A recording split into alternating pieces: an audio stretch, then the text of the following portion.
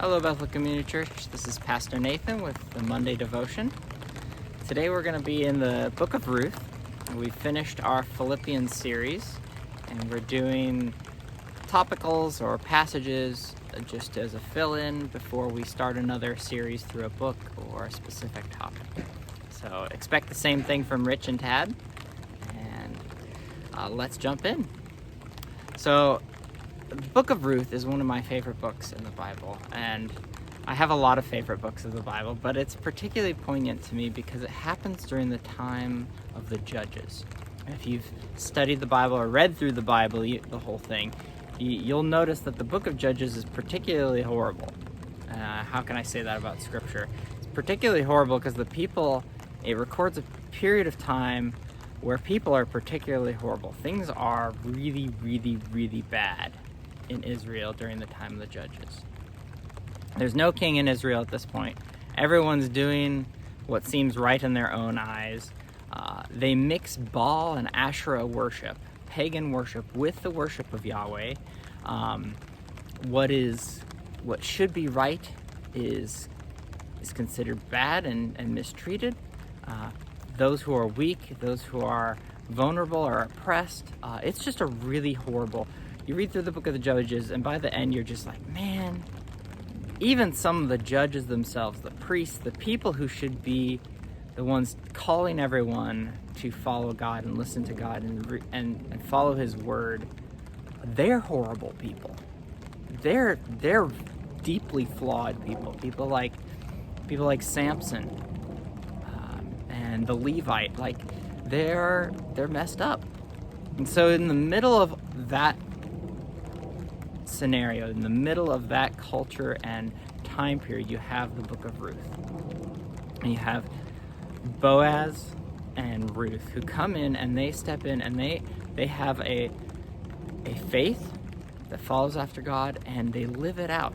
They live out the loyal love of God. They do things right in a time that's really horrible and really bad. And as there's a lot of horrible and there's a lot of bad going on in the world, there's a lot of depressing things and really, really rough things. And whether you think it's as bad as the book of Judges or worse or better, whatever, I think in every circumstance, Boaz and Ruth are a reminder for us to look at how to live in our culture, in our place, and embrace God's loyal love and live that out in context with other people. So we're going to look in chapter 1 and read a pretty decent sized section and just look at Ruth's response to the situation she's put in. Now we're going to start in verse 8. Up to that point, you have the story of there's a famine, starvation. So Naomi and her husband travel out to the land of Moab, outside of Israel, where there's food. And they live there for a while, and they have 2 sons who marry 2 daughters in Moab. And tragedy befalls, and Naomi's husband dies, and her sons die. And she's kind of left destitute in a foreign land. And she makes the decision to turn and go back to Israel. And she tells her daughter-in-laws to stay and remarry in their own land because she doesn't have anything to offer them. They're sojourners, they're immigrants, whether they're in Israel or out of Israel. They're in just a horribly tight spot. So let's jump in verse 8. But Naomi said to her 2 daughter-in-laws, "Go, return each of you to her mother's house. May the Lord deal kindly with you, as you have dealt with me, with the dead and with me. The Lord grant that you may find rest, each of you in the house of her husband." Then she kissed them, and they lifted up their voices and wept. And they said to her, "No, we will return with you to your people." But Naomi said, "Turn back, my daughters. Why will you go with me? Have I yet sons in my womb that they may become your husbands? Turn back, my daughters. Go your way, for I am too old to have a husband. If I should say I have hope, even if I should have a husband this night and should bear sons, would you therefore wait till they were grown? Would you therefore refrain from marrying? No, my daughters, for it is exceedingly bitter for me for your sake that the hand of the Lord has gone out against me. Then they lifted up their voices and wept again. And Orpah kissed her mother-in-law, but Ruth clung to her. She said, "See, your sister-in-law has gone back to her people and to her gods. Return after your sister-in-law." But Ruth said, "Do not urge me to leave you or to return from following you. Where you go, I will go, and where you lodge, I will lodge. Your people shall be my people, and your God, my God. Where you die, I will die, and there I will be buried. May the Lord do so to me, and more also, if anything but death parts me from you." When Naomi saw that she was determined to go with her, she said no more. Now Naomi's in a place of bitterness. She's depressed. She's despairing. She looks at what's happening in her life and she points to God. Why has God done this to us, to me, and to Orpah and Naomi, to Orpah and Ruth? And Ruth's response is, "I'm going to stick with you.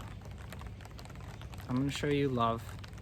I'm going to follow the Lord." And we see that through the rest of the book. She takes care of Naomi. She's going into a foreign land, different native tongue, different life situation, doesn't know anyone, doesn't have anyone physically to protect her. It's a lawless anarchy time in Israel, and your male relatives were your safety and security, and neither of them have either. And so she's going into a dangerous place potentially. Israel when it's at its worst. And she says, "No, I'm going to loyally love you, Naomi. I'm going to follow you." And she does that. She follows through with it. And as a proper, wonderful love story, she meets someone who does the same thing. Boaz, one of the few male characters in the Bible who shows what it means to be a good father and a good husband, and providing and showing loyal love. And so I just want to encourage everyone, as there's a lot of hurt, there's a lot of tensions, there's a lot of pain, there's a lot going on in our country, and a lot of things we need to address and talk about and work through with each other. And ultimately, we need to point people to Jesus. And no matter what you do, no matter how you address things, no matter what you're going through, I encourage you, be like Naomi, be like Ruth and Boaz. Show loyal love. Show kindness in a time where it's hard, in a time where things are chaotic.